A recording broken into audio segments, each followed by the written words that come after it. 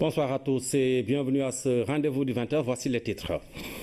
49e session de la CEDEAO à Dakar, l'état de la communauté parcouru par les chefs d'État et de gouvernement, la lutte contre le terrorisme et l'adoption des accords de partenariat économique ont occupé les débats. Ellen Johnson-Sirleaf a remplacé le président Macky Sall à la tête de l'organisation. Dans la série sur Rebus, nous parlerons de ces communautés étrangères bien intégrées dans le quartier, du volet assainissement aussi, une équation à plusieurs inconnus avant une présentation de la gare de Lat Dior. CAN Gabon 2017, le Sénégal s'est qualifié. Les Lions ont battu le Burundi 2-0 ce samedi à Bujumbura. Les réactions du sélectionneur, des joueurs et de la fédération dans ce journal. Voilà tout de suite, donc en ouverture de cette édition, la 49e session de la conférence des chefs d'État et de gouvernement de la CEDEAO. L'accent a été mis sur la lutte contre le terrorisme et la nécessité d'adopter les accords de partenariat économique avant octobre 2016. Le nouveau président de la commission de la CEDEAO a également prêté serment à la cérémonie d'ouverture, synthèse de Pape Biram Biguendiaye. L'instant solennel de la 49e session de la conférence des chefs d'État et de gouvernement de la CEDEAO commence par la prestation de serment du nouveau président de la commission de la CEDEAO. Moi, Marcel Alain de Souza, je jure de servir loyalement et légalement le Béninois Marcel Alain de Souza, économiste de formation, prête serment pour un mandat de 2 ans. En ma qualité de président de la commission de la CEDEAO, après avoir juré de servir loyalement la communauté, Marcel Alain de Souza s'engage à œuvrer pour l'intégration économique et celle des peuples de la CEDEAO pour un espace de paix et de prospérité. Il a plusieurs défis. Je voudrais ici vous réitérer tout mon engagement et ma détermination de porter haut le flambeau de la CEDEAO, de travailler à faire de la CEDEAO des États une CEDEAO des peuples, forte, prospère, dont la croissance inclusive et le développement économique et social n'abandonnent personne sur le quai. Autre défi majeur à relever, la sécurisation de la communauté face à la menace terroriste. Un enjeu de taille en adéquation avec la libre circulation des personnes et des biens. À ce niveau, la mise en place d'une force régionale de défense et de sécurité est en gestation. Et l'ONU préconise une meilleure coordination des forces de sécurité des pays membres de la CEDEAO avec un partage d'informations pour prévenir les attaques terroristes. Un climat apaisé dont les États membres de la communauté, un souci permanent des Nations Unies qui salue les avancées démocratiques au Sénégal. Je félicite également le président Macky Sall pour la réussite des référendums et les processus de dialogue engagés avec tous les acteurs politiques sénégalais. Les questions économiques étaient aussi au cœur de cette cérémonie d'ouverture.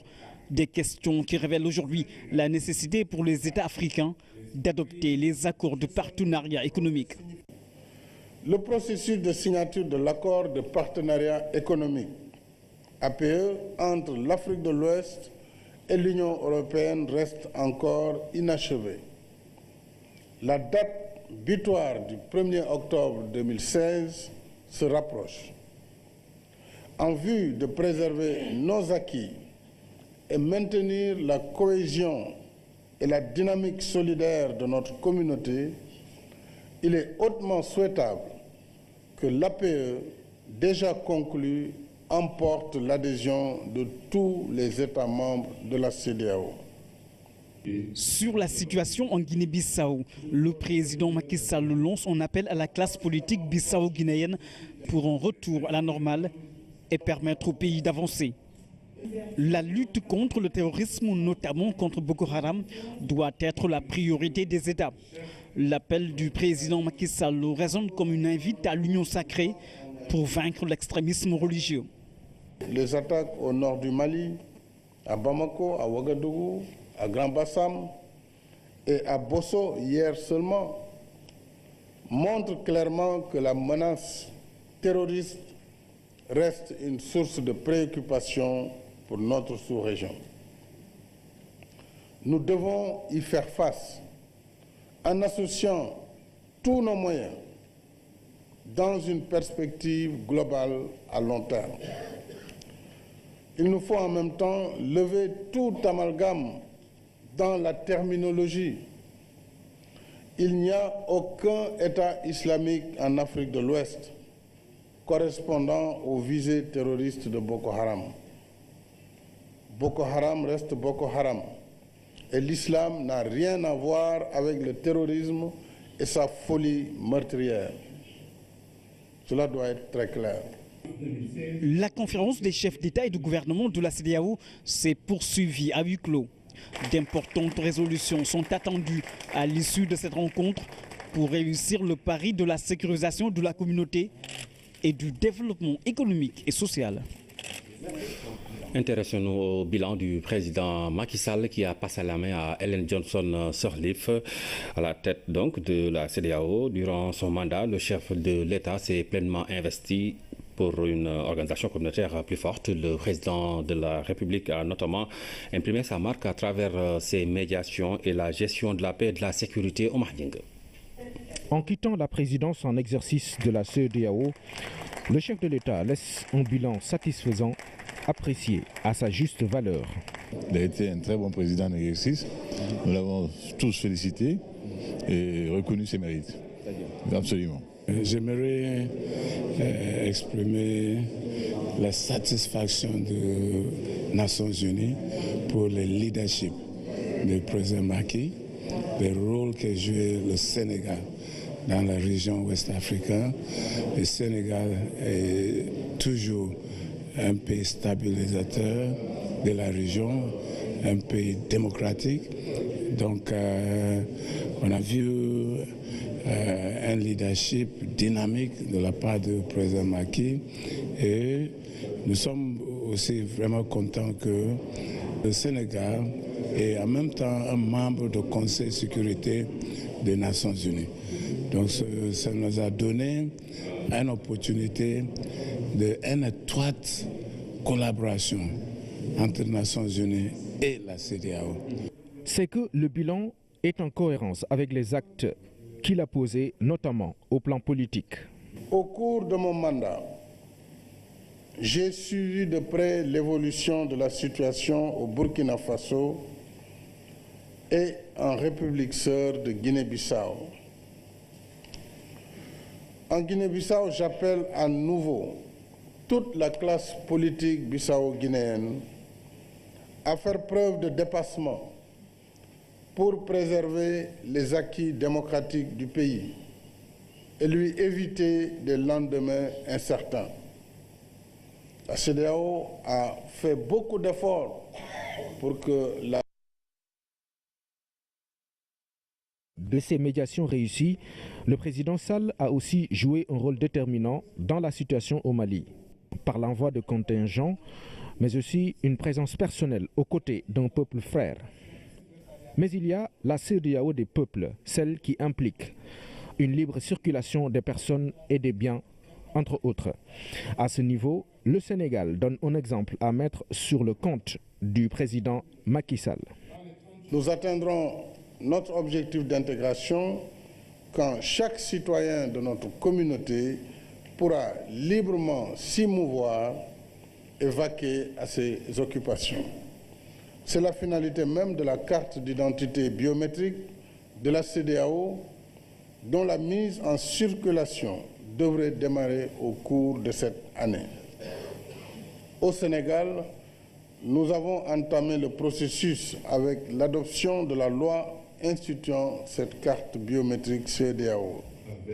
En clair, c'est un bilan prometteur d'espoir, grâce à des orientations claires du chef de l'État qui vise à assurer de bonnes relations de voisinage, mais aussi la paix et la sécurité dans la sous-région ouest-africaine. Le bilan donc du président Macky Sall qui a passé la main à Ellen Johnson Sirleaf à la présidence en exercice de la CEDEAO. Il faut dire que pendant son mandat, le chef de l'État s'est beaucoup investi pour une organisation communautaire plus forte. Le président de la République qui a notamment imprimé sa marque à travers ses médiations et la gestion de la paix et de la sécurité. Nous allons parler donc en marge de ce sommet de la signature de l'accord, de l'acte de reconduction de l'accord de Siena siège entre le gouvernement du Sénégal et l'agence du NEPAD. Le bureau régional symbolise l'engagement du Sénégal en faveur du nouveau partenariat pour le développement de l'Afrique. À ce propos, nous écoutons le ministre des Affaires étrangères, Mankeur Ndiaye, et le secrétaire exécutif du NEPAD, Ibrahim Mayaki, au micro de Oumar Nying. Par cet accord renouvelé, le Sénégal réitère son engagement en faveur du NEPAD, dont il faut le rappeler, il est l'un des pays initiateurs. Le Sénégal renouvelle également sa foi et sa conviction au fait que la mise en œuvre des grandes orientations du NEPAD et de ses projets structurants constitue une passerelle majeure pour parvenir au développement du continent. Monsieur le secrétaire exécutif, par la reconduction de cet accord de siège, le Sénégal a décidé d'accorder au bureau régional du NEPAD pour l'Afrique de l'Ouest, basé à Dakar, des facilités, privilèges et immunités afin de lui permettre d'exercer convenablement sa mission et dans les meilleures conditions. Je voudrais vous présenter tous nos remerciements pour le renouvellement de cet accord et présenter en même temps tous nos remerciements à son Excellence le Président Macky Sall pour cette confiance renouvelée dans la capacité du NEPAD à mettre en œuvre les projets qui ont été décidés par le comité des chefs d'État du NEPAD qu'il préside. Ce bureau régional à Dakar va constituer un maillon essentiel de notre processus de mise en œuvre et conséquemment sera doté des infrastructures nécessaires qui lui permettront de jouer ce rôle. Plus de 4 milliards ont été investis à Ziguinchor pour de meilleures conditions d'enseignement. La révélation a été faite par le ministre de l'Éducation. Serigne Mbaye Thiam a présidé un CRD sur l'éducation. C'était à Ziguinchor. Il a été question des infrastructures scolaires réalisées ou en cours. Kaltom Gueye. Durant 6 tours d'horloge, il a été question de l'éducation à Ziguinchor. Ce CRD est l'occasion pour les acteurs, les collectivités locales et l'association des parents d'élèves de faire le point sur la situation des infrastructures. Ces 3 dernières années, plusieurs réalisations ont été faites pour une scolarisation de qualité. Sur la période 2012-2015, un investissement total de 4 milliards 308 millions de francs CFA a été consenti à la région de Ziguinchor et il est prévu sur la période 2016-2019 un investissement de 2 milliards 532 millions de francs CFA dans le secteur de l'éducation. Un investissement pour rehausser le niveau de tous les établissements de l'enseignement moyen et secondaire et il est établi comme suit. Les 4 milliards 308 millions de francs CFA ont été utilisés pour la construction et l'équipement de 558 salles de classe, 30 blocs administratifs et 40 blocs d'hygiène pour un coût global de 3 milliards 270 millions de francs CFA. La construction et l'équipement de 6 écoles élémentaires complètes pour 198 millions, la construction de 7 collèges d'enseignement moyen pour 605 millions et la construction en cours d'un BST pour 166 millions et de l'inspection d'académie de Bignona pour 66 millions de francs CFA. Avec ces infrastructures, les constructions vont progressivement remplacer les abris provisoires. Ceci est possible grâce à l'accompagnement des partenaires techniques et financiers. Nous avons une vision très globale de l'accompagnement du développement du capital humain et des potentiels de croissance économique dans cette région de la Casamance et nous nous efforçons de soutenir au mieux la politique de ce gouvernement. Ce comité régional de développement a permis de faire un état des lieux de l'enseignement à Ziguinchor. Il a aussi permis un échange fructueux entre les parties qui composent ce secteur. Les acteurs de l'éducation saluent cette démarche inclusive. Je remercie l'initiative prise par le ministre de venir organiser cette rencontre. Parce que, au départ, pourquoi il l'a fait? Parce que la région de Ziguinchor fait partie des régions qui ont le plus grand nombre d'abris provisoires. Donc il fallait qu'ils viennent d'abord discuter avec les gens, faire une synthèse pour pouvoir résorber le taux élevé d'abris provisoires. Pour résoudre définitivement les difficultés notées dans l'enseignement, surtout en ce qui concerne les infrastructures, les projets tels que l'initiative Fast Track, le matching GRS-USAID et le PAEPK sont mis sur pied en Casamance, projets qui rejoignent ceux qui sont déjà au niveau national comme le PACEB, tous pour un enseignement de qualité au Sénégal. Et dans le cadre de la mise en œuvre du plan Sénégal émergent, le ministère de l'Éducation envisage de poursuivre le programme de construction d'infrastructures scolaires dans la région de Ziguinchor. 175 salles de classe seront construites à Bignona, 21 à Oussouye et 44 à Ziguinchor. Des réalisations qui vont participer à promouvoir l'accès à une éducation de base de qualité dans la capitale du Sud, Omar Baldé. Cela fait un an déjà que l'État a apporté des modifications sur certaines dispositions du Code du travail. Des mesures qui concernent en grande partie le stage. Les professionnels des ressources humaines jugent utile de faire un bilan d'étape après une année. Parce qu'il y en a déjà qui n'ont pas senti l'application des textes dans les entreprises. Nous nous sommes dit que certains étaient venus pour voir exactement dans le cadre d'échanges comment, dans le fond et dans la forme, ces textes doivent être appliqués. Et nous sommes dit maintenant, à partir de ces échanges, une fois que les DRH seront en entreprise, ils pourront voir exactement, à partir de ces échanges, qu'est-ce qui a été fait et quelles sont les décisions à prendre. Cette initiative du CNP, Conseil national du patronat, s'est voulu un cadre de réflexion pour les membres de l'Association sénégalaise des professionnels des ressources humaines d'apporter leurs idées permettant aux différentes entreprises de se conformer au texte. Nous pensons que c'est un texte qui a donné lieu à beaucoup d'interprétations, raison pour laquelle aujourd'hui il nous semble intéressant justement de participer à ce séminaire-là qui va apporter aux différents praticiens de ces textes-là l'occasion de lever les zones d'ombre ou les zones d'interprétation pour pouvoir mieux appliquer ces textes réglementaires puisque c'est leur quotidien dans leur travail de directeur ou de gestionnaire des ressources humaines. Ce qu'il faudrait, c'est que les entreprises se plient à la nouvelle réglementation pour distinguer deux types de stagiaires désormais. Les stagiaires académiques et scolaires d'études, ça c'est un stagiaire d'études qui n'est pas réglementé encore au Sénégal. L'autre c'est le diplômé d'études. Là, ce serait un stagiaire régi par la nouvelle réglementation. Au sortir des travaux, ces responsables des ressources humaines dans différentes entreprises de la place pourront être mieux outillés pour une application de la législation. Toutes nos excuses, vous avez dû noter que ce n'était pas le bon élément. La caravane du recensement général des entreprises du Sénégal a été lancée ce matin. Il s'agit pour l'Agence nationale de la statistique et de la démographie de dénombrer toutes les unités économiques. L'objectif est de disposer d'informations fiables sur la structure et la démographie des entreprises. Plus de 1000 agents ont été recrutés pour les enquêtes de terrain. Louis Bizza. Dakar Plateau, Grand Yoff et Pikine, 3 quartiers cibles de la caravane de sensibilisation des unités économiques installées au Sénégal. L'Agence nationale de la statistique et de la démographie sillonne les rues de la capitale dans le cadre d'un projet global dénommé Projet de rénovation des comptes nationaux. Ce projet comporte 2 volets, le volet changement d'année de base et celui du recensement général des entreprises. Pourquoi le recensement général des entreprises?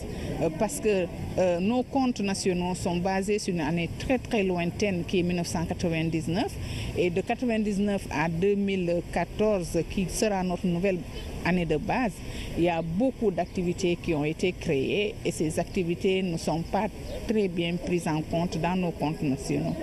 Aujourd'hui, il est temps de réviser ces comptes nationaux et pour ce faire, l'Agence nationale de la statistique et de la démographie a besoin non seulement d'indicateurs multiples, mais aussi d'indicateurs sur la structure de l'économie. Le recensement général est venu pour répondre à ce besoin et aussi répondre aux besoins de mise à jour de notre base de données sur les entreprises, base de données issues de l'immatriculation des entreprises, je crois que tout le monde a entendu parler du NINEA.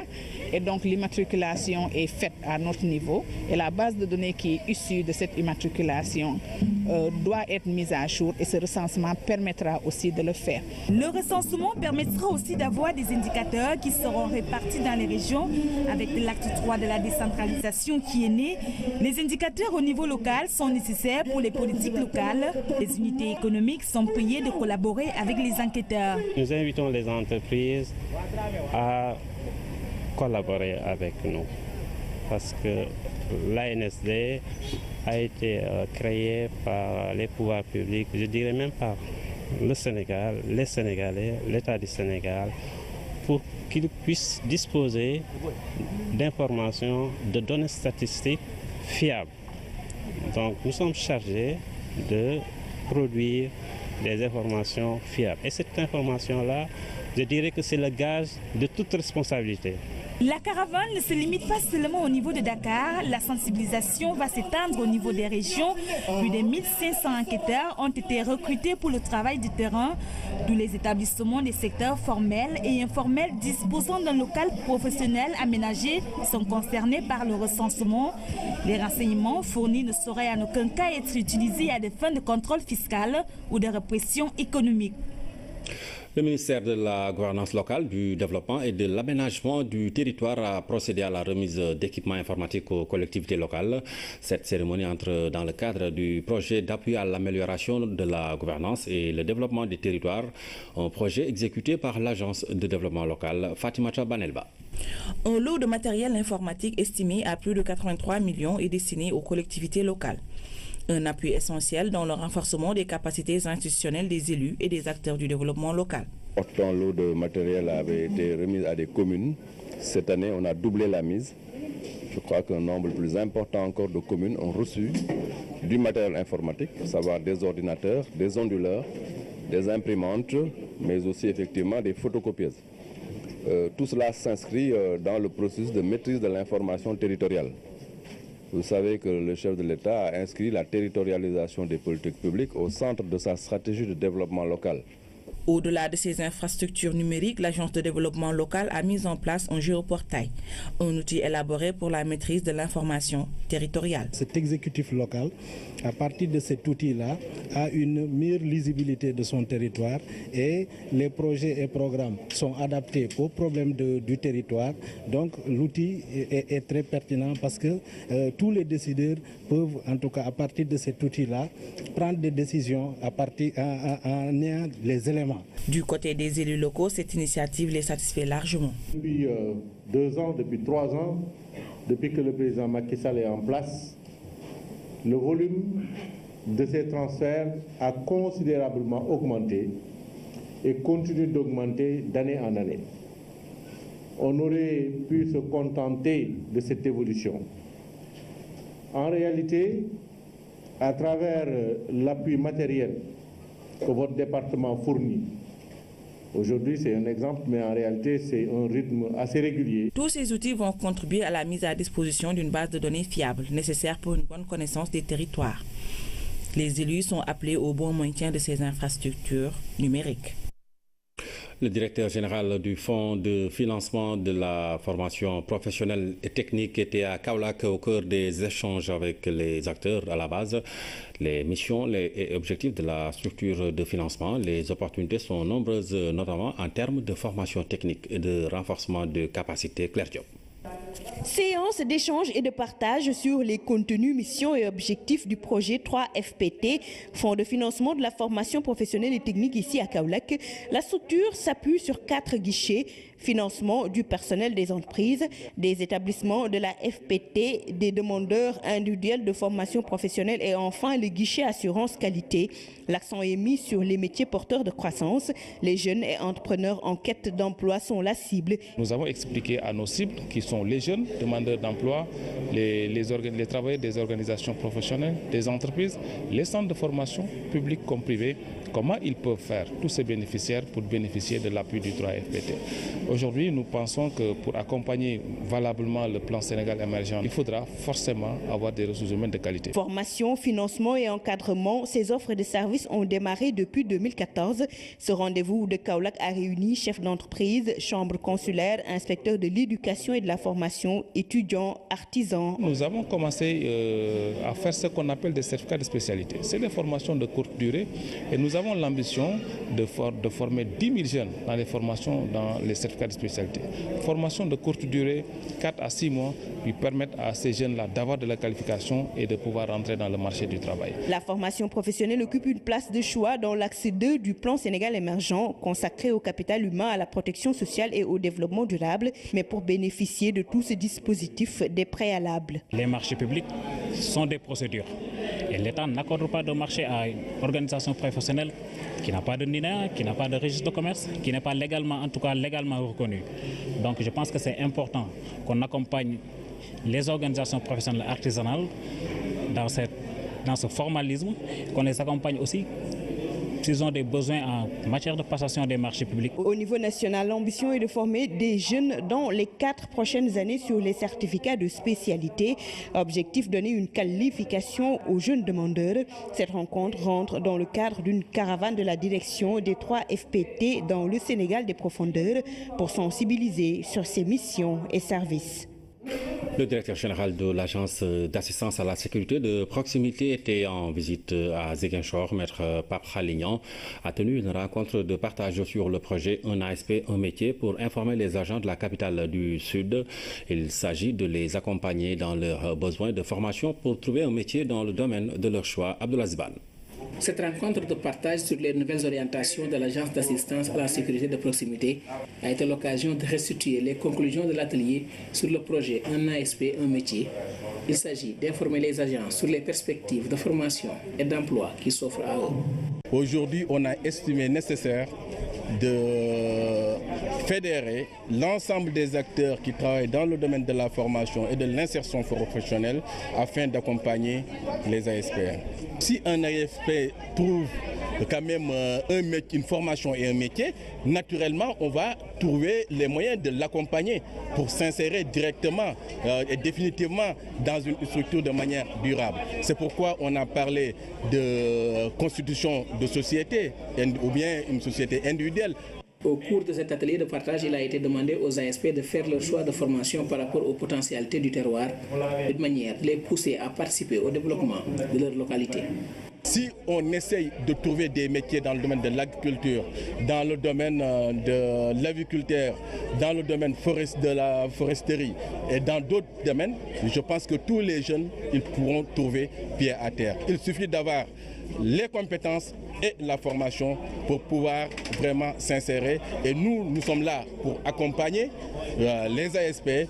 Après cette rencontre d'information et de partage, rendez-vous est donc pris très prochainement afin de permettre aux ASP de faire leur choix dans les domaines de formation qu'ils auront ciblés. Je vous parlais de ce sujet dans le cadre de la mise en œuvre du plan Sénégal émergent. Le ministère de l'Éducation nationale envisage de poursuivre le programme de construction d'infrastructures scolaires dans la région de Ziguinchor. 175 salles de classe seront construites à Bignona, 21 à Oussouye et 44 à Ziguinchor. Des réalisations qui vont participer à promouvoir l'accès à une éducation de base de qualité dans la capitale du Sud, Omar Baldé. Ziguinchor, capitale de l'éducation sénégalaise le temps d'un week-end. Un tour à l'école élémentaire Amitié Sénégal-Canada permet de constater les chantiers de construction en cours. Ici, 3 salles de classe et des latrines sont en finition. Une aubaine pour les bénéficiaires. La construction de ces 3 classes va nous permettre de décongestionner et pouvoir travailler à l'aise et au bénéfice des enfants. Parce que quand il y a une pléthore dans une classe, le maître est des fois dépassé, il ne pourra pas faire correctement son travail. Autre école, même constat. À l'école élémentaire de Koboda, des salles de classe sont en cours d'achèvement dans l'établissement. À côté, une maîtresse déroule ses enseignements dans un abri provisoire. Nous sommes vraiment satisfaits de la construction des salles de classe. Cela va nous permettre de mieux faire nos apprentissages. À l'image de ces infrastructures scolaires, ce sont 508 salles de classe dans l'élémentaire, 7 collèges et 2 inspections de l'éducation et de la formation en cours de réalisation dans la région de Ziguinchor. La construction clé à main du CEM de Koudjoubé. Il y a également la construction de salles de classe à Touba, à l'école élémentaire de Touba, la construction de salles de classe à l'école élémentaire de Touba Tranquille et la construction de salles de classe à l'école de Dimaya. La lenteur des procédures, je pense que tout à l'heure ils l'ont dit là, je pense que ça va aller plus vite pour permettre aux populations de bénéficier de ce don.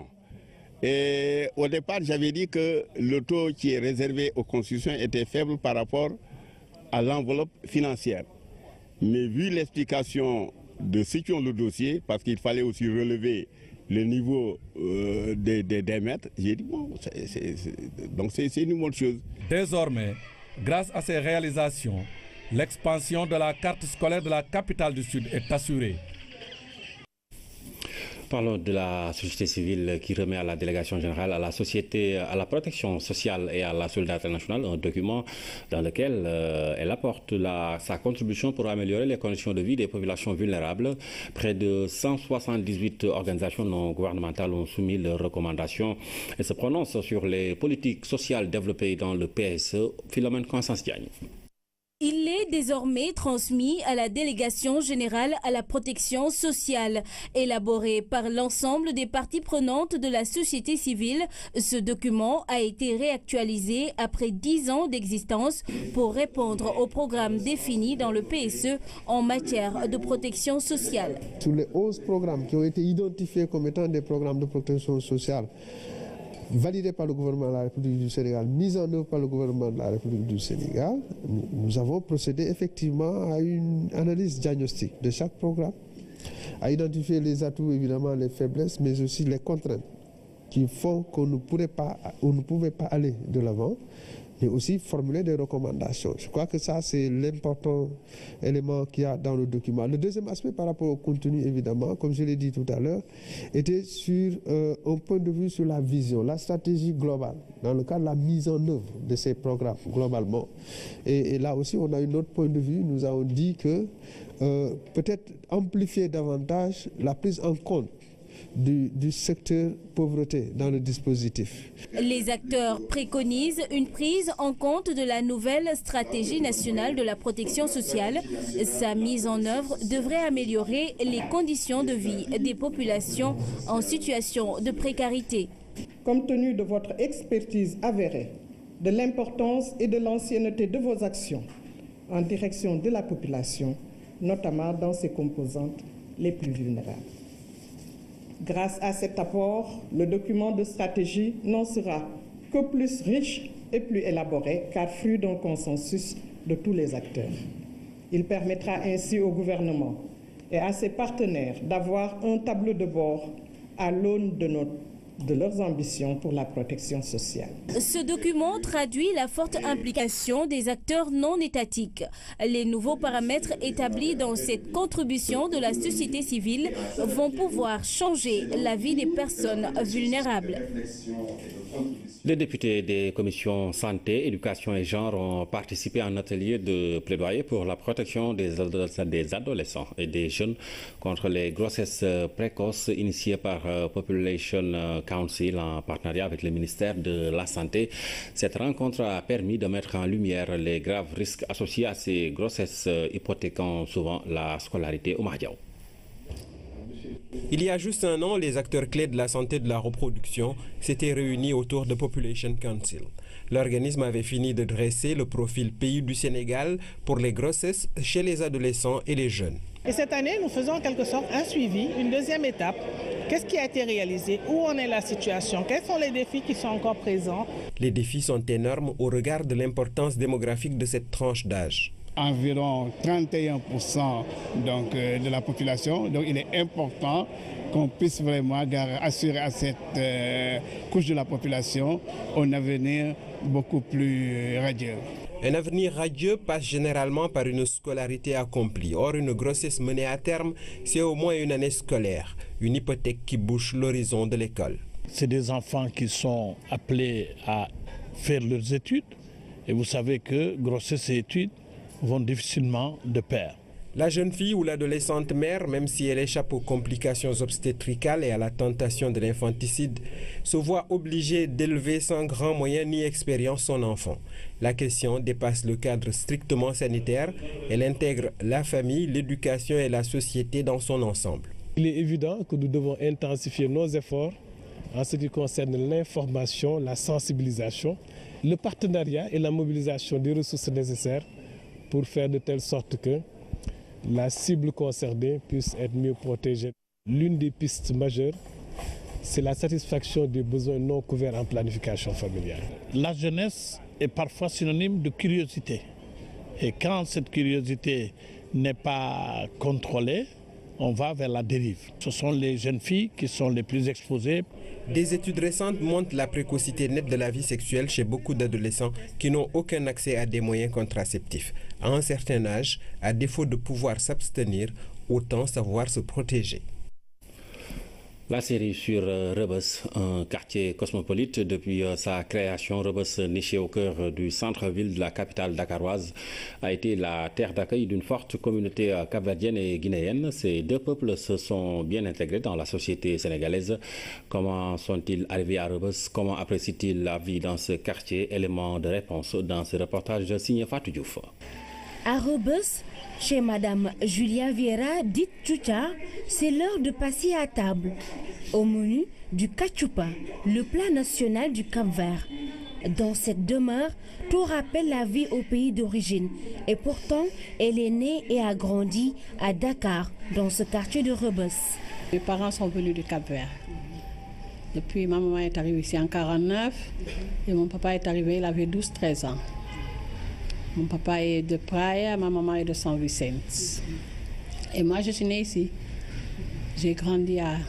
Je suis née à Fanok, mais j'ai grandi ici à Rebeuss. Oui. Son histoire est presque identique à celle de ses compatriotes. Le lieu où descendait tout Cap-Verdien qui foule le sol sénégalais était bien sûr Rebeuss. Ainsi, au fil des ans, ils forment une forte communauté. Mon papa est de l'île de Fogo et ma maman de l'île de Brava. Ils ont tous quitté les îles pour venir et se sont rencontrés ici. Je suis né à Koloban. Ensuite, on est venu, comme il y avait tous les Cap-Verdiens dans le plateau, donc on a déménagé. Ensuite, plateau, comme il y avait la proximité, donc Rebeuss, Niayes Thioker, tout ça, qui a aussi habité, qui ont reçu beaucoup de Cap-Verdiens.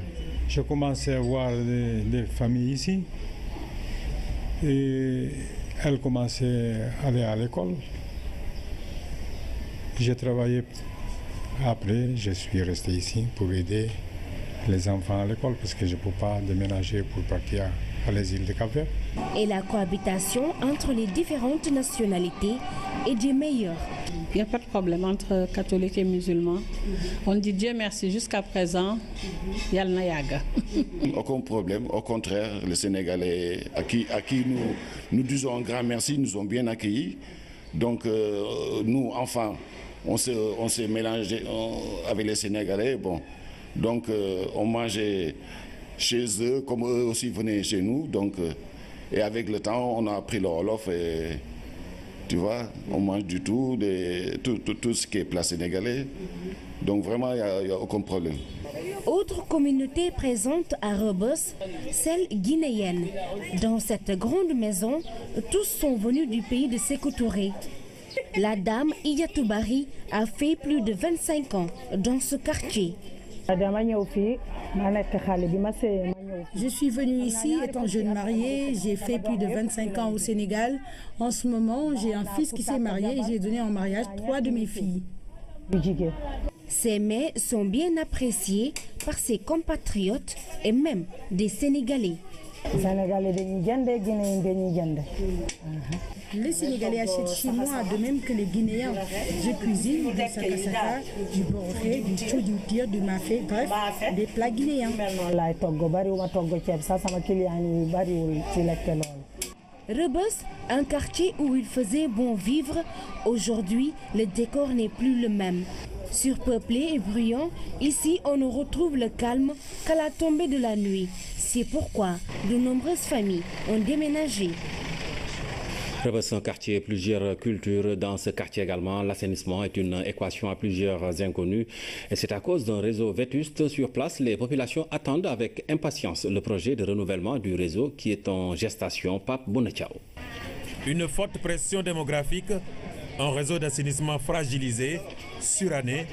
Conséquence, à Rebeuss, les eaux stagnantes sont devenues monnaie courante. À chaque fois, les égouts refoulent.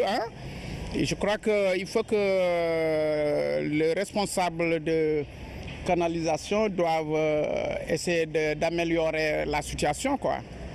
Parce que sinon, bon, chaque année, on va évoluer les eaux. Et puis, c'est pas bon pour les enfants. On ne peut pas respirer, même quand l'eau vient, on ne peut pas respirer. On ne peut pas respirer. Parce qu'il y a plein d'eau, de saleté. Tu vois, le rassainissement là, c'est pas bien fait. Le réseau est vétuste. Même certaines activités sont menacées. Ici, la cohabitation avec les eaux usées est devenue presque banale. Les eaux stagnantes rendent difficile notre petit commerce. Parce que quand c'est sale, les clients ne viennent pas. L'État a vite pris la mesure de la situation. Un projet d'envergure de renouvellement du réseau d'assainissement sera bientôt mis en œuvre pour soulager les populations. Les financements ont été déjà acquis. Nous avons un financement avec la Banque arabe pour le développement économique de l'Afrique qui a accordé au Sénégal un financement de 6 milliards pour renouveler le réseau de Rebeuss, le réseau de la Médina et le réseau de la Gueule Tapée. Actuellement, on est en train de finaliser la procédure de recrutement du bureau d'études qui va faire les études.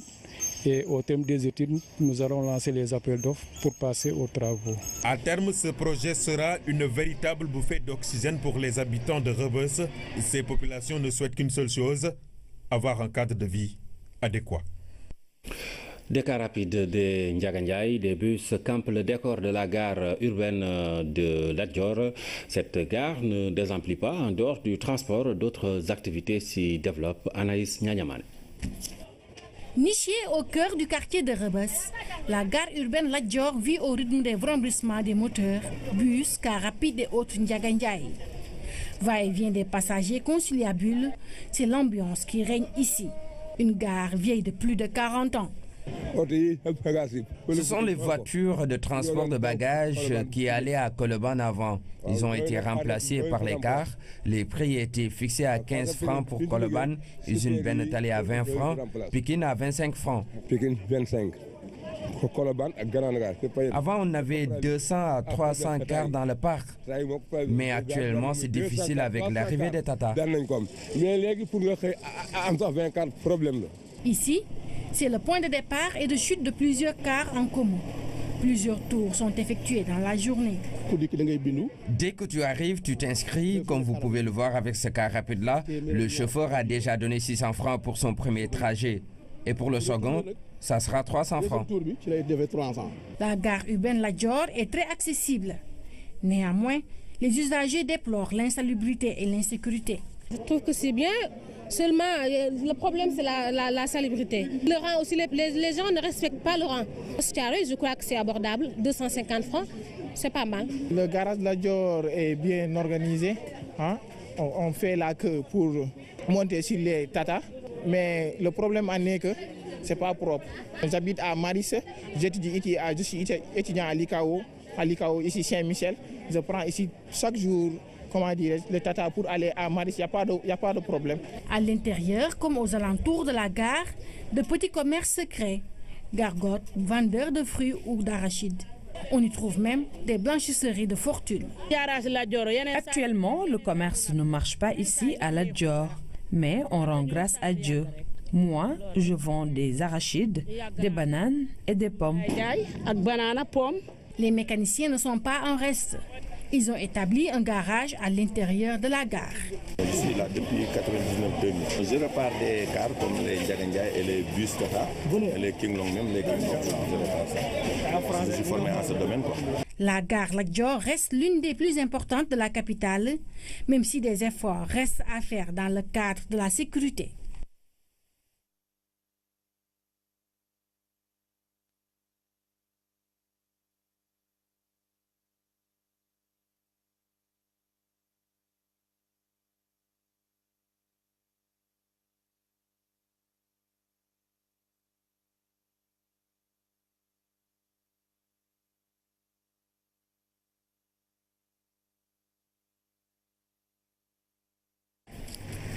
Une image devenue presque banale au regard de beaucoup de téléspectateurs. Pourtant, le caractère dangereux d'un tel comportement ne souffre d'aucune contestation. Je trouve ça anormal parce que aussi on doit faire de telle sorte que si le véhicule contient déjà le nombre prévu, vraiment on cesse et que les autres prennent d'autres véhicules, c'est ce qui est normal. Parce que si on surcharge les véhicules, ça va mettre en danger la vie des autres et ceci vraiment ce sont des choses à éviter. Déjà, une telle situation était à l'origine d'un grave accident la semaine passée à hauteur du camp Abdougassé. Bilan, 2 morts, plusieurs blessés. Et malgré tout, les supporters persistent dans leurs mauvaises habitudes.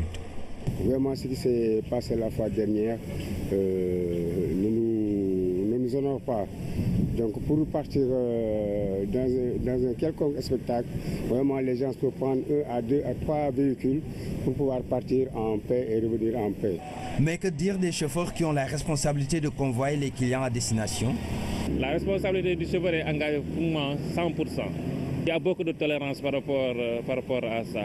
Si le chauffeur était responsable, il pourra dire aux usagers ou bien aux supporters de descendre.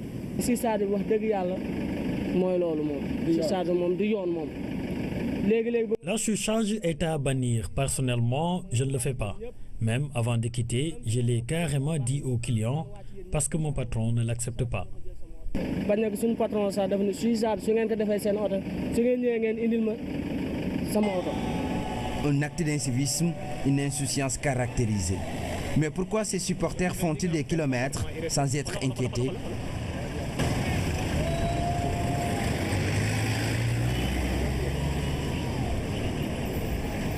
En sport, la qualification du Sénégal à la 31e édition de la Coupe d'Afrique des Nations. Les hommes d'Aliou Cissé réussissent la mission à la 5e journée après leur victoire 2-0 sur le Burundi. C'était cet après-midi. Le résumé de cette rencontre avec Sedna Lunchiko. La joie d'une 14e qualification à une CAN. Le Sénégal valide son ticket pour la 31e édition après sa victoire sur le Burundi. La voie du succès, les hommes d'Aliou Cissé la tracent dès la première période. L'ouverture du score intervient à la 15e minute. Action en 3 temps. Exécution du coup franc par Pape Ndiaye Souaré. Remise de Mame Biram Diouf. Sadio Mané marque son 3e but dans ses éliminatoires. Le Sénégal qui ouvre la marque grâce à Sadio Mané. 1-0 pour les Lions. 1-0 puis 2-0. Déboulé de Mame Biram Diouf, la folle course de l'attaquant débouche sur l'alourdissement du score juste avant la pause.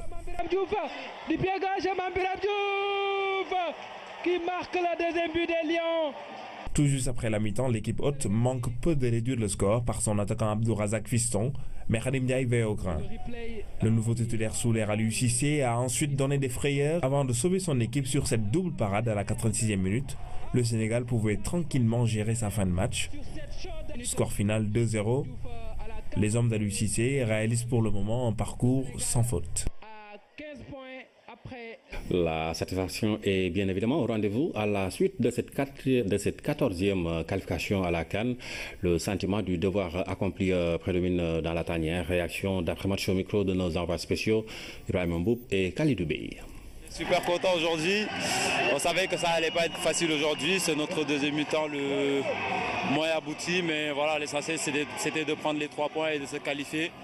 Ils ne nous ont pas respecté en disant qu'on était au même niveau qu'eux. Aujourd'hui, on a montré qu'on était au-dessus d'eux et on a su gagner ce match et rentrer avec la qualification. Voilà. Maintenant, on est en vacances, on va retrouver nos familles tranquillement. Une grande fierté parce que c'était pas évident du tout.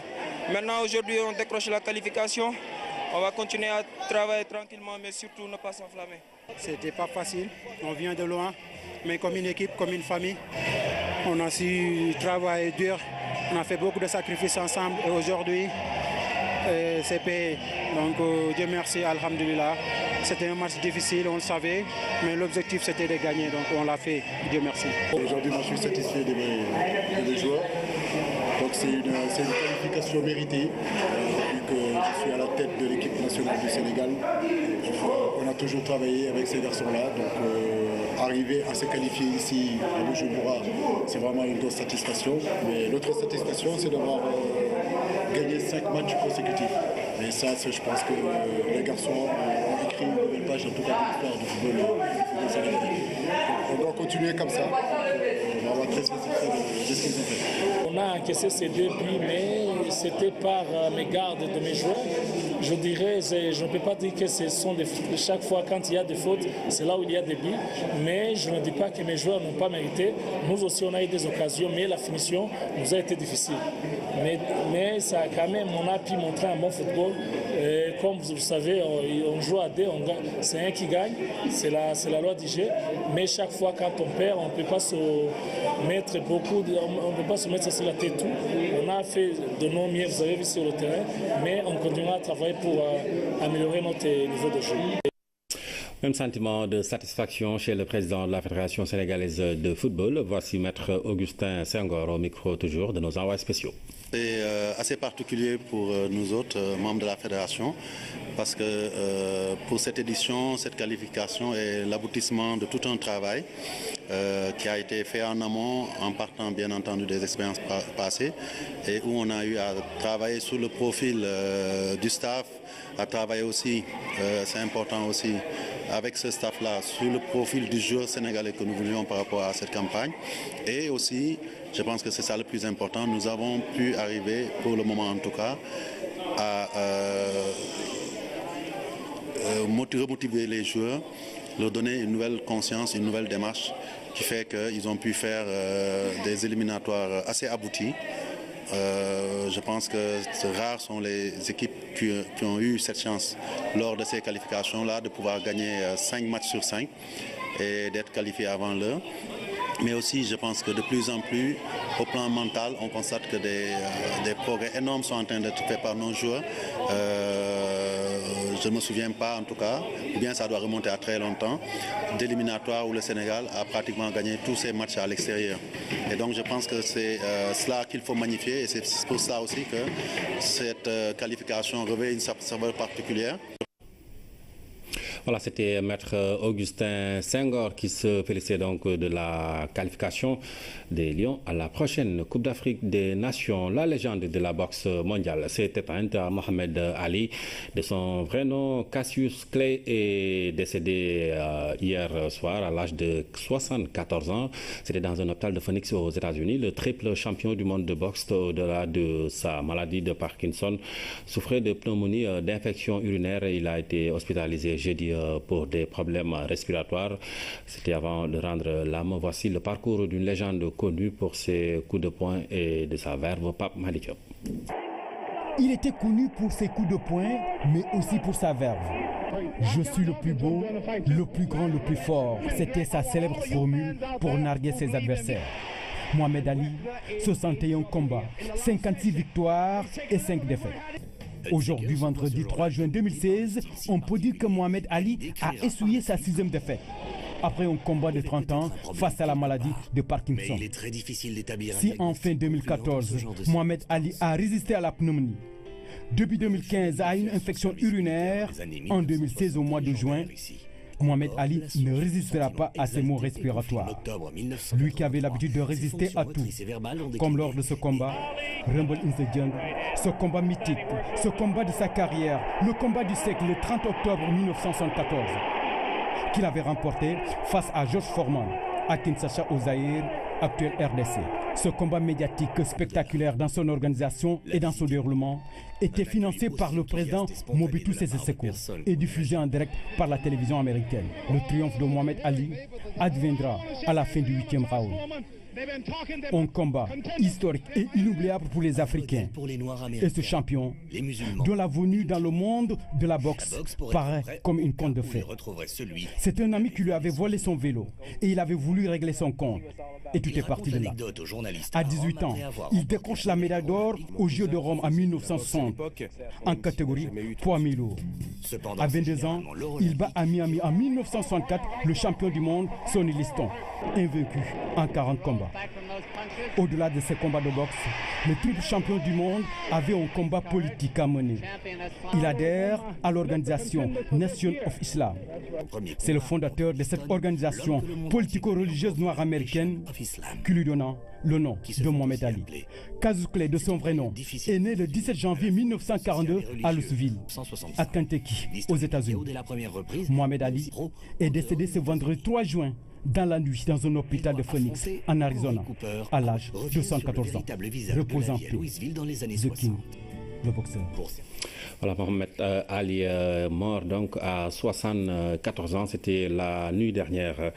La fin ce soir à Dakar de la 49e session ordinaire des chefs d'État et de gouvernement de la CEDEAO. Le président Macky Sall a passé le témoin à Ellen Johnson Sirleaf pour la présidence en exercice de la CEDEAO. La présidente du Libéria a décliné ses priorités tout en comptant poursuivre les efforts de son prédécesseur sur les questions sécuritaires et sanitaires. Les questions, donc le communiqué final a fait état des recommandations de la conférence Aboubakry Kane. L'instant est solennel. Il marque la remise du fanion à la nouvelle présidente de la CEDEAO. Au terme de son mandat, le président Macky Sall passe ainsi le relais à la présidente du Libéria.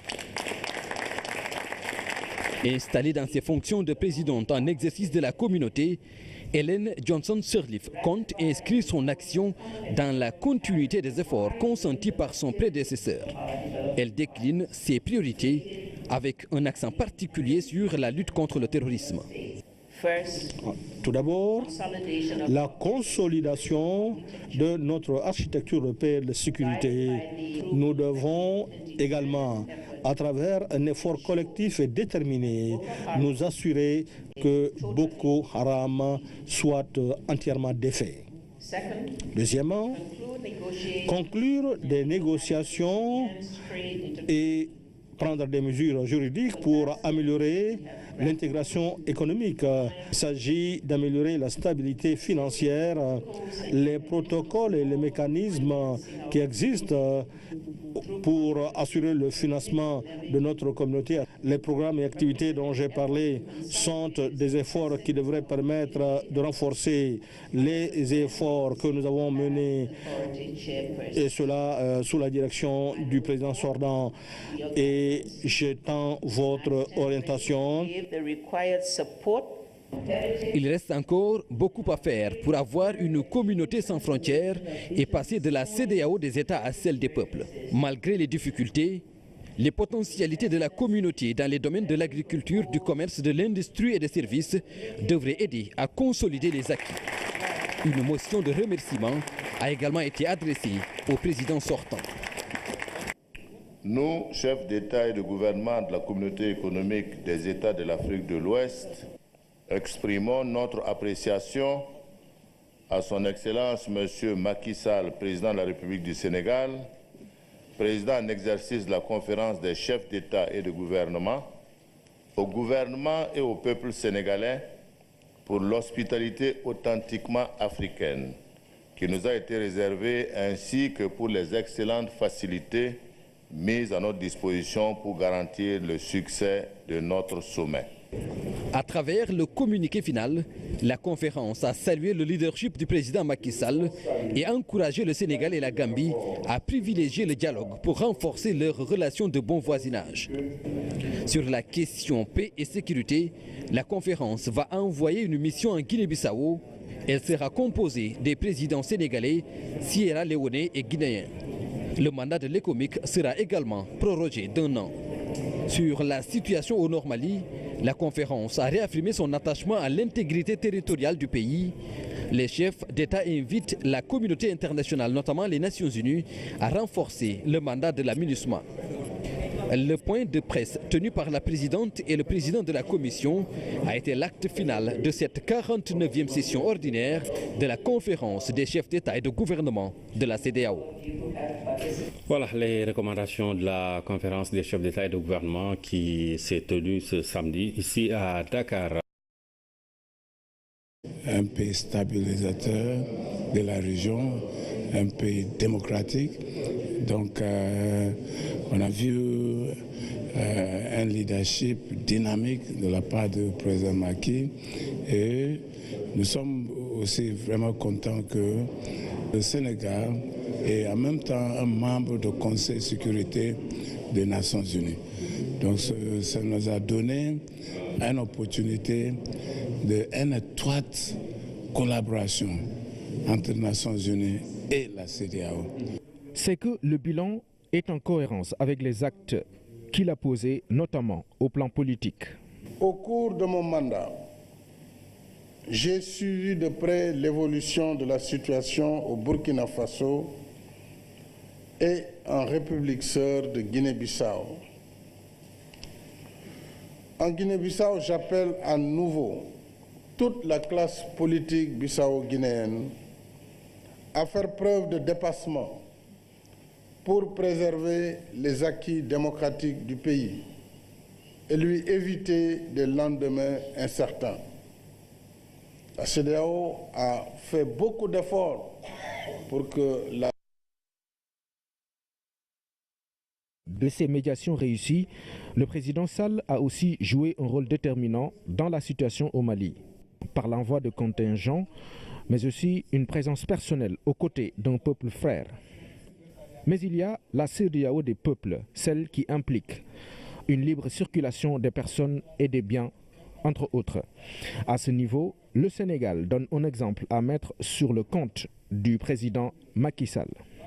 Nous atteindrons notre objectif d'intégration quand chaque citoyen de notre communauté pourra librement s'y mouvoir et vaquer à ses occupations.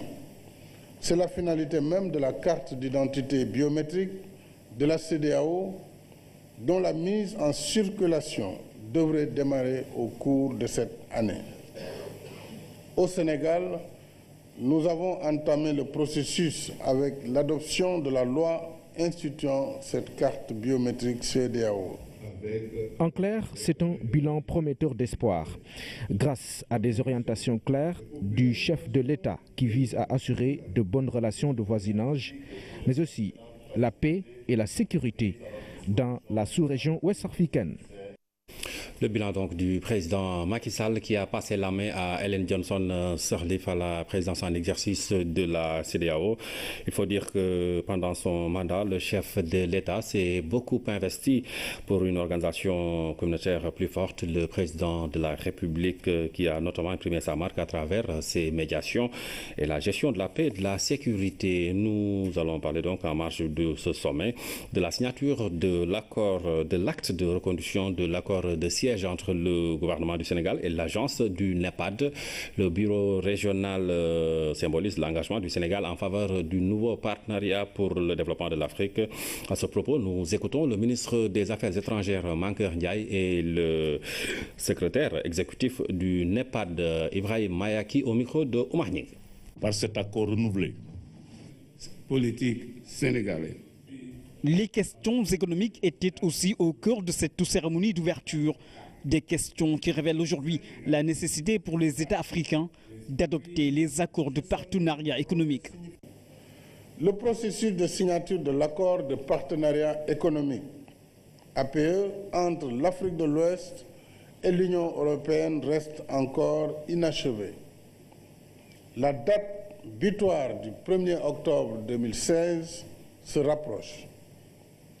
En vue de préserver nos acquis et maintenir la cohésion et la dynamique solidaire de notre communauté, il est hautement souhaitable que l'APE, déjà conclu, emporte l'adhésion de tous les États membres de la CEDEAO.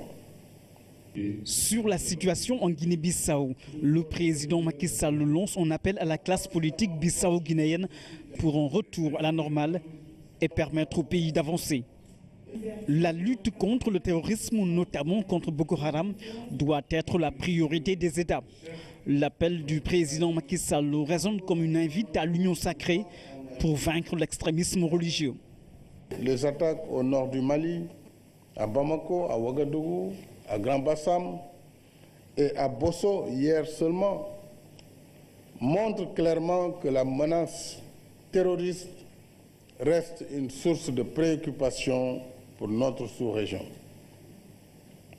Nous devons y faire face en associant tous nos moyens dans une perspective globale à long terme. Il nous faut en même temps lever tout amalgame dans la terminologie. Il n'y a aucun État islamique en Afrique de l'Ouest correspondant aux visées terroristes de Boko Haram. Boko Haram reste Boko Haram et l'islam n'a rien à voir avec le terrorisme et sa folie meurtrière. Cela doit être très clair. La conférence des chefs d'État et de gouvernement de la CEDEAO s'est poursuivie à huis clos. D'importantes résolutions sont attendues à l'issue de cette rencontre pour réussir le pari de la sécurisation de la communauté et du développement économique et social. Intéressons-nous au bilan du président Macky Sall qui a passé la main à Ellen Johnson Sirleaf à la tête donc de la CEDEAO. Durant son mandat, le chef de l'État s'est pleinement investi pour une organisation communautaire plus forte. Le président de la République a notamment imprimé sa marque à travers ses médiations et la gestion de la paix et de la sécurité au Mali. En quittant la présidence en exercice de la CEDEAO, le chef de l'État laisse un bilan satisfaisant, apprécié à sa juste valeur. Il a été un très bon président en exercice. Nous l'avons tous félicité et reconnu ses mérites. Absolument. J'aimerais exprimer la satisfaction des Nations Unies pour le leadership du président Macky, le rôle qu'a joué le Sénégal dans la région ouest africaine. Le Sénégal est toujours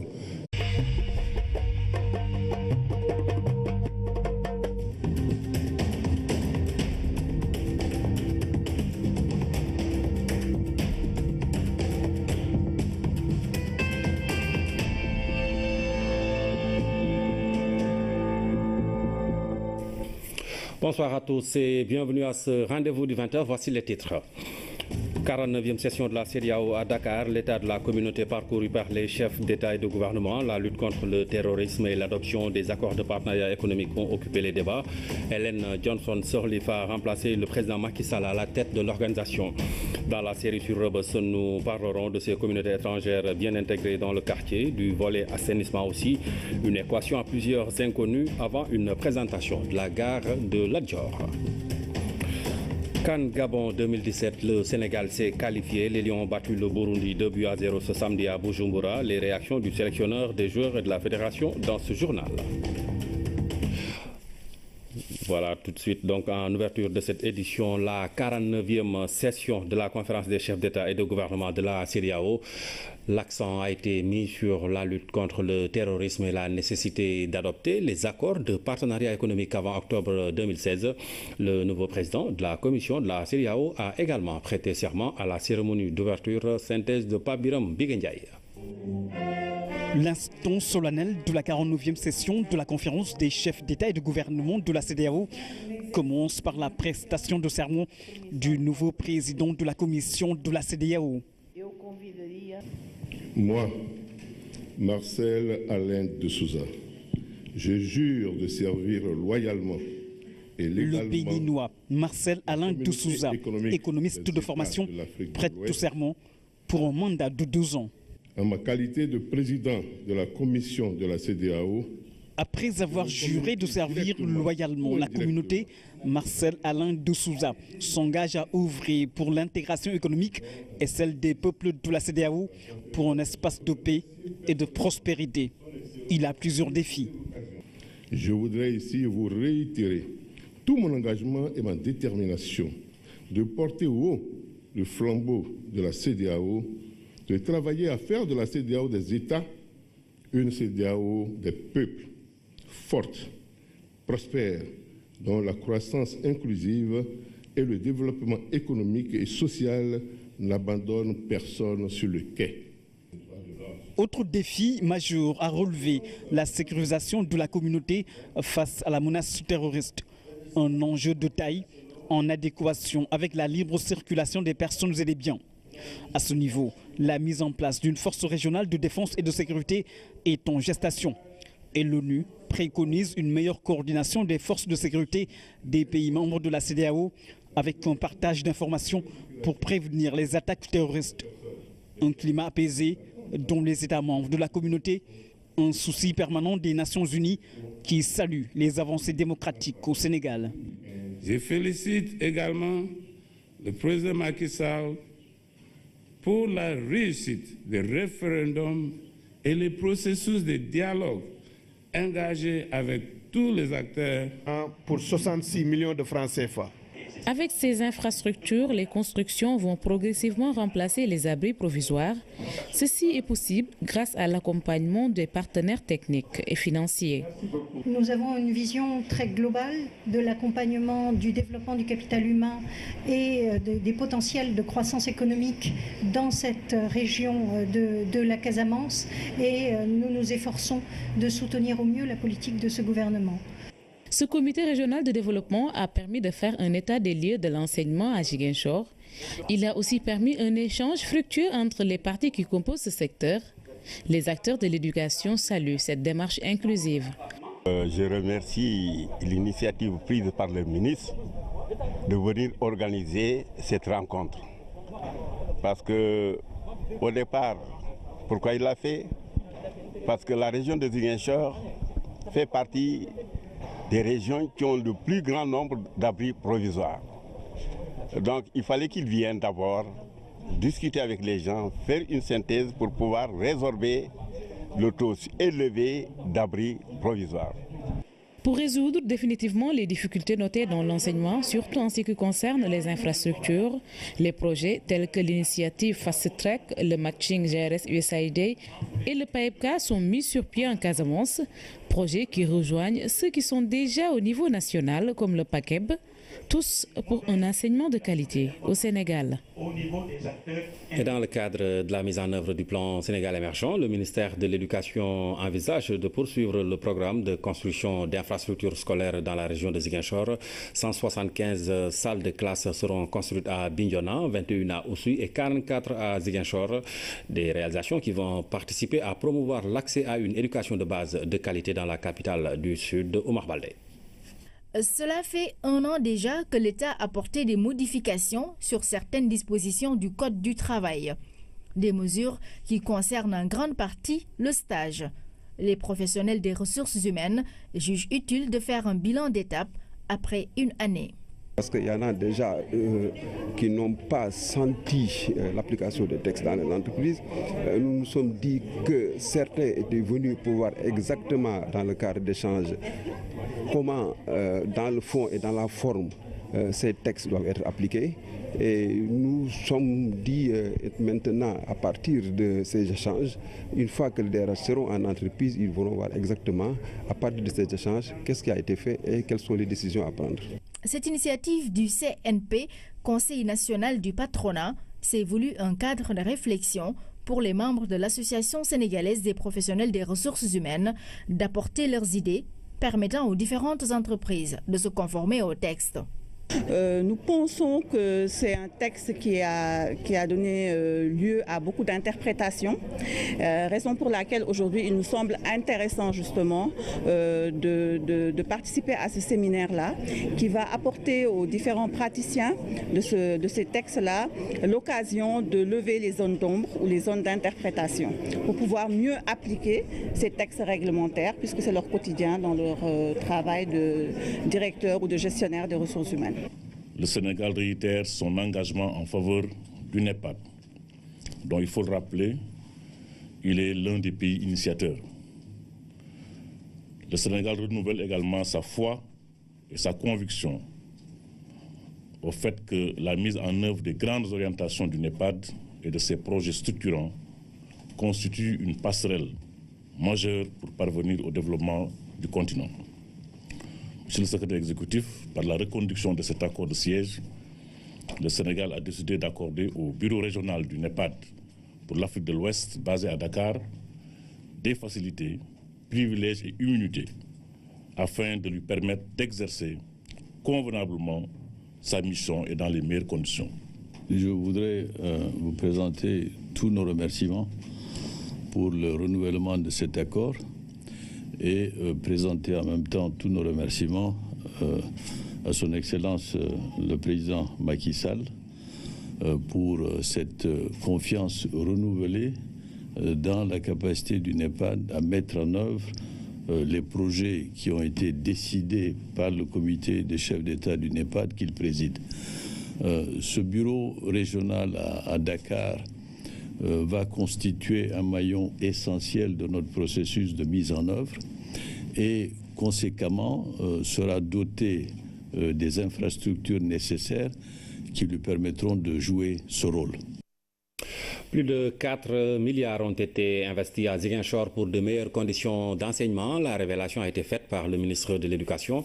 Serigne Mbaye Thiam a présidé un CRD sur l'éducation. C'était à Ziguinchor. Il a été question des infrastructures scolaires réalisées ou en cours. Kaltoum Gueye. Durant 6 tours d'horloge, il a été question de l'éducation à Ziguinchor. Ce CRD est l'occasion pour les acteurs, les collectivités locales et l'association des parents d'élèves de faire le point sur la situation des infrastructures. Ces 3 dernières années, plusieurs réalisations ont été faites pour une scolarisation de qualité. Sur la période 2012-2015, un investissement total de 4 milliards 308 millions de francs CFA a été consenti à la région de Ziguinchor et il est prévu sur la période 2016-2019 un investissement de 2 milliards 532 millions de francs CFA dans le secteur de l'éducation. Un investissement pour rehausser le niveau de tous les établissements de l'enseignement moyen et secondaire et il est établi comme suit. Les 4 milliards 308 millions de francs CFA ont été utilisés pour la construction et l'équipement de 558 salles de classe, 30 blocs administratifs et 40 blocs d'hygiène pour un coût global de 3 milliards 270 millions de francs CFA. La construction et l'équipement de 6 écoles élémentaires complètes pour 198 millions, la construction de 7 collèges d'enseignement moyen pour 605 millions et la construction en cours d'un BST pour 166 millions et de l'inspection d'académie de Bignona.